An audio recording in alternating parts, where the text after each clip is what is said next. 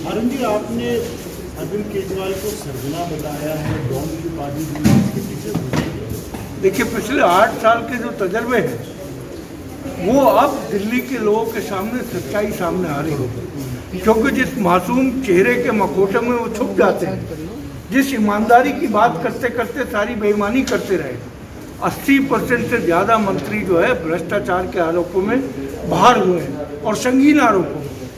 आज अभी तो पंजाब की सरकार को चंद ही महीने हुए हैं, वहाँ का स्वास्थ्य मंत्री शपथ लेने के 1 महीने बाद उसको जेल भेज दिया जाता।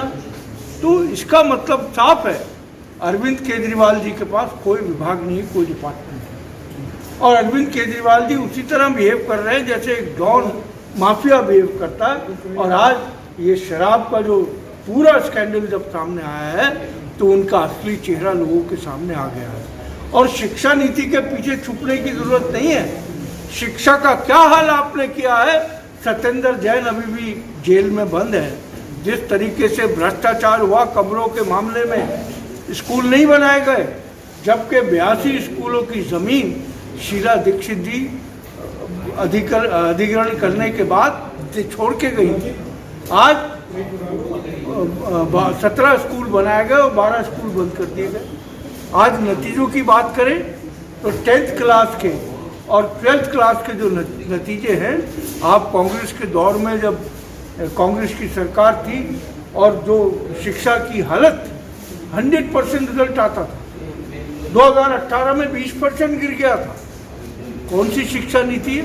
उसकी आड़ में अपने शराब के भ्रष्टाचार को छुपाने की कोशिश न्यूयॉर्क टाइम का अखबार दिखा के की जाए। सिसोदिया कह रहे हैं कि बीजेपी में शामिल होने का उन्हें ऑफर आया है कि सारे केस वापस हो जाएंगे। देखिए, बड़ी हैरानगी की बात यह है, मैं अभी तक ये नहीं समझ पा रहा हूँ कि ये ऑफर बीजेपी ने किया है या मनीष सिसोदिया जी बीजेपी को कर रहे हैं कि अगर मैं ऐसा करूँ तो आप ऐसा कर दो।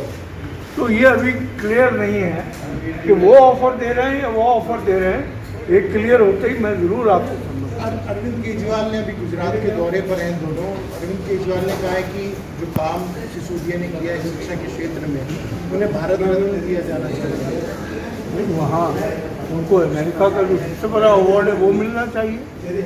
उनको पूरी दुनिया की तरफ से अवार्ड मिलने चाहिए।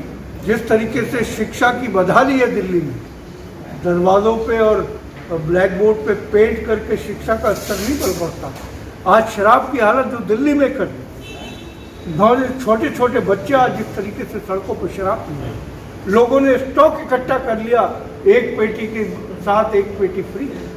तो आज ये सब खुलासा, अगर केंद्र सरकार ईमानदार है और नूरा फाइट नहीं है तो जल्दी से जल्दी गिरफ्तार किया जाए और जो सज़ा ऐसे प्रावधान जिसमें है, सख्त से सख्त सज़ा ऐसे लोगों को मिलनी चाहिए।